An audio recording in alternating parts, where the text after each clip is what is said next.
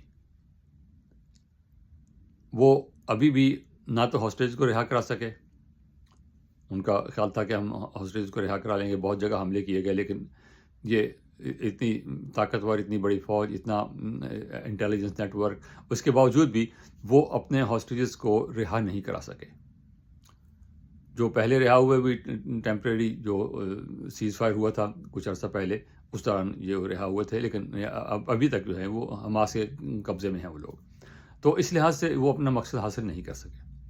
جو انتہا پسند ہے، بین گویر اور سموٹرچ، یہ دو وزراء ہیں اس کے، ایک خزانے کا وزیر ہے اور ایک انٹیریئر کا، وہ دونوں جو ہیں وہ یہ برملا یہ کہتے ہیں، ان کی پارٹی کا موقف ہے یہ کہ غزہ کو فلسطینیوں سے خالی ہونا چاہیے، یہ اسرائیل کا حصہ ہے، اور جو ویسٹ بینک ہے وہ بھی اسرائیل کا حصہ ہے.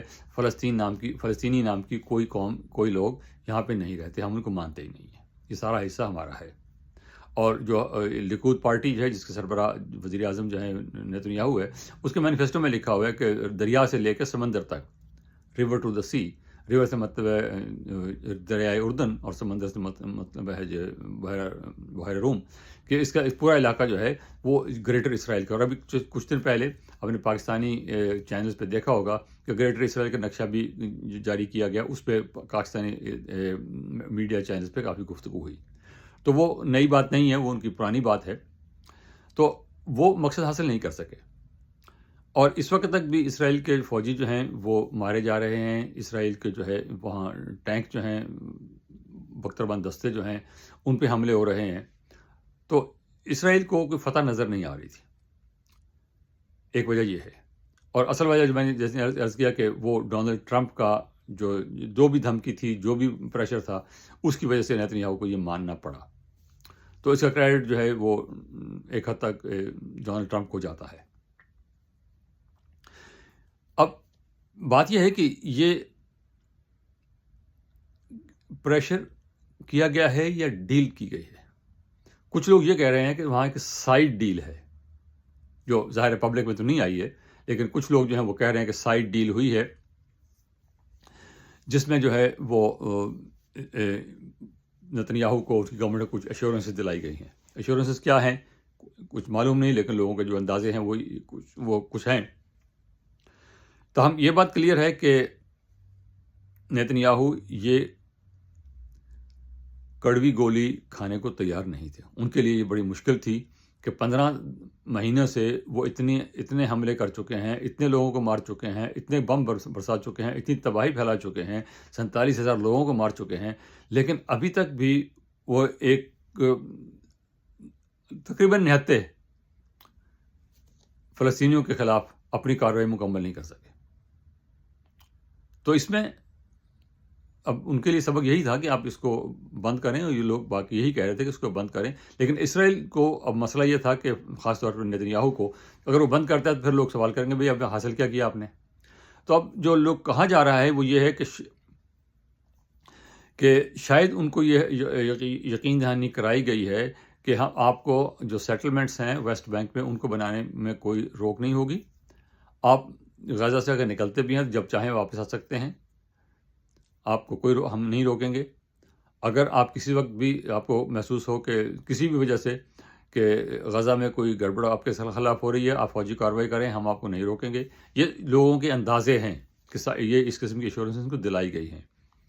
اور یہ بھی کہ گولان میں سے آگے انہوں نے بڑھ کر جو اس شام کے اور علاقوں پہ قبضہ کیا ہے، اگرچہ اسرائیل کہتا ہے کہ وہ ٹیمپریری ہے، لیکن لوگوں کو یہ خیال ہے کہ شاید اس کو بھی یہ ڈونلڈ ٹرمپ آنے کے بعد اس کو بھی تسلیم کر لیں. جیسے کہ انہوں نے یروشلم کو اسرائیل کا دارالحکومت تسلیم کر لیا، اپنی ایمبیسی وہاں شفٹ کر کے، جو کہ آج تک امریکہ نے نہیں کی تھی. لیکن گزشتہ اپنے دور میں ڈونلڈ ٹرمپ نے امریکن ایمبیسی یروشلم میں منتقل کر کے اس پہ مہر لگا دی. اب اس کو جو رعایتیں ہیں وہ کیا ہیں، اس یہ لوگوں کے اندازے ہی ہیں. اور دوسری بات جو کچھ اور مبصرین کہہ رہے ہیں، خاص طور پہ جیف سیکس ایک پروفیسر ہیں یہاں کولمبیا یونیورسٹی میں، اور جان میر شمیر وہ انٹرنیشنل ریلیشنز کے پروفیسر ہیں شکاگو یونیورسٹی میں. ان دونوں کا خیال یہ ہے کہ اسرائیل نے اپنے آپ کو اوور اسٹریچ کر لیا ہے، اور اس کے لیے اس جنگ کو کسی بھی صورت میں جیتنا ممکن نہیں تھا. لوگ لبنان میں گھس گئے، ادھر سیریا میں گھس گئے، ادھر یہاں پہ جنگ چھیڑ لی، اور تینوں جگہ پر وہ اپنے مقاصد حاصل نہیں کر سکے سوائے شام کے، جہاں پر کوئی ریزسٹنس نہیں ہے، جہاں مرضی چاہیں چلے جائیں، جو مرضی کرتے پھریں، وہاں کوئی ان کے لیے ریزسٹنس نہیں ہے. لیکن باقی جگہوں پر وہ اپنے مقاصد حاصل نہیں کر سکے، اور اسرائیل کے جو ہے لوگ جو ہیں وہ سپاہی جو ہیں وہ بہت مارے گئے. اور دوسری بات، اگلی بات یہ ہے کہ اسرائیل کی فوج کا طریقہ ہمیشہ یہ رہا ہے، کیونکہ ان کی فوج تعداد کے لحاظ سے بہت چھوٹی ہے، اسلحے کے لحاظ سے، انٹیلیجنس کے لحاظ سے وہ بہت ایڈوانس ہیں، لیکن افراد کے حساب سے، سپاہیوں کے حساب سے وہ تعداد میں کم ہے. تو اس لیے ان کی کوشش ہوتی ہے کہ بہت جلدی سے جو ہے ہفتے 10 دن کے اندر کارروائی کر کے اور فارغ ہوا جائے. اور ہمیشہ وہ یہی کرتے رہے ہیں. لیکن یہ پہلی دفعہ ایسا ہوا کہ اتنی طویل جنگ ان کو لڑنی پڑی 15 مہینے کی. اور 15 مہینے کی جنگ میں جو ہے ان کو پھر پرابلم یہ ہوا کہ ان کے پاس ریکروٹ نہیں آ رہے تھے، ان کے پاس ان کے جو لوگ مارے جا رہے تھے، اس کی وجہ سے ان کو نقصان ہو رہا تھا. اور اسلحہ کی کوئی کمی نہیں تھی. امریکہ نے بے تحاشا ان کو اسلحہ دیا ہے اور اس میں کوئی کمی بھی نہیں ہے. ابھی بھی اتنے $1 بلین کا جو ہے قرضہ ان کو دیا ہے، اسلحہ ان کو دیا ہے، قرضہ تو نہیں ہے، وہ ان کو مفت ملتا ہے. تو اس کے تو مسئلہ نہیں تھا، لیکن جو مین پاور کا مسئلہ ہے وہ ان کو بہرحال تھا. اور ان لوگوں کا خیال یہی ہے کہ جن 2 پروفیسر کا نام میں نے بتایا، کہ ان کا یہ خیال ہے کہ اسرائیل نے اپنے آپ کو اوور اسٹریچ کر لیا تھا اور اپنے آپ کو اب وہ سنبھال نہیں سکتے تھے. اور اس بات کو کہ ان سے سائیڈ ڈیل کی تقویت جس بات سے ملتی ہے وہ 2 ہیں. ڈونلڈ ٹرمپ نے جس شخص کو اسرائیل کے لیے اپنا ایمبیسڈر نامزد کیا ہے، مائک ہکبی، وہ بڑا سخت گیر قسم کا ایونجیلیکل کرسچین ہے.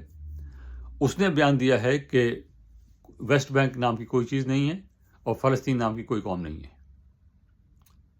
جس سے اس شبے کو تقویت ملتی ہے جو لوگ کہہ رہے ہیں کہ ان کو ایشورنسز دلائی گئی ہیں. اور دوسرا ان کے نیشنل سیکیورٹی کے ایڈوائزر ہیں اور مائک والٹس، انہوں نے یہ بھی اس قسم کی بات کہی ہے کہ اسرائیل کو مکمل حق حاصل ہے اپنے دفاع کرنے کا. ظاہر ہے کہ یہ ہر قوم کو حق حاصل ہے، لیکن یہ کہ اب کیا آپ کو نہتے فلسطینیوں پہ 15 مہینے تک بمباری کرنے کا حق حاصل ہے، یہ اپنا دفاع کر رہے ہیں، اس کو تو نہیں مانا جا سکتا. لیکن بہرحال کیونکہ امریکہ اس کے پیچھے ہے تو سب چلتا ہے. اب اس میں جو بات دیکھنے کی ہے وہ یہ کہ امریکہ اگر چاہے واقعی چاہے، جیسا کہ اس میں چاہا ہے اس نے، تو وہ جنگ بند کرا سکتا ہے، اسرائیل کو مجبور کر سکتا ہے. لیکن اگر وہ نہ چاہے تو پھر وہی کچھ ہوتا ہے جتنے سالوں سے ہو رہا ہے. تو اب دیکھنا یہ ہے کہ کیا دونوں سائیڈ اس جو ڈیل ہوئی ہے اس پہ عمل کریں گی، نہیں کریں گی، کون اس میں سے نکلنے کی کوشش کرے گا، کون اس کی وائلیشن کرے گا، وہ آگے دیکھا جائے گا. کیونکہ یہ معاہدہ، یہ بالکل یہی معاہدہ 27 مئی کو پریزیڈنٹ بائیڈن نے دیا تھا اور نیتن یاہو نے ماننے سے انکار کر دیا تھا. اور وہی معاہدہ جو ہے اب 8 مہینے کے بعد مان لیا گیا، اور مانا اس وقت گیا جب ڈونلڈ ٹرمپ نے، کیونکہ اگلی ایڈمنسٹریشن اس کی آنی تھی، تو اس نے جو ہے وہ دباؤ ڈالا اس پہ، اور اس کو جو بھی اس کو دھمکی دی ہے، اس کو کوئی لالچ دیا ہے، اس کو کیا کہا ہے. اگین جیسے میں نے عرض کیا کہ اس کے بارے میں کوئی یقین سے نہیں کہا سکتا، لیکن ان کو یہ وہ کرنا پڑا جس کے لیے وہ ہرگز تیار نہیں تھے. اور خاص طور پہ نیتن یاہو کو، وہ خود بھی تیار نہیں تھا، لیکن اس کی گورنمنٹ کے اندر جو میں نے 2 وزیروں کا نام بتایا، سموٹرچ اور بین گویر، وہ 2 پبلکلی کہہ چکے ہیں کہ ہم اس کو نہیں مانتے، ہم اس کو تسلیم نہیں کرتے. تاہم اب وہ تسلیم ہو چکا ہے، ان کی کیبنٹ نے اپروول دے دی ہے، وہ سنڈے سے جو ہے اتوار سے وہ نافذ عمل ہو جائے گا. اور اس کے بعد اسرائیل کیا کرے گا، تو اس کا مطلب یہ ہرگز نہیں ہے کہ اس کو یہاں کوئی آزادی ہو گئی ہے یا کچھ کوئی جشن منانے کی نہیں ہے، لیکن موت کا رقص ختم ہو گیا ہے، یہی خوشی کی بات ہے. اور امید ہے کہ اگر انسانیت کو مد نظر رکھا جائے، اگر انسانی اخلاقیات کو مد نظر رکھا جائے تو امن ممکن ہے. اور مڈل ایسٹ میں اسرائیل کے حوالے سے جو یہ ممکن کر سکتا ہے وہ امریکہ ہے. اس میں پہلے بھی شک نہیں تھا اور اب اس کے بعد تو کوئی شک رہنے کی گنجائش ہی نہیں ہے. Thank you. خدا حافظ.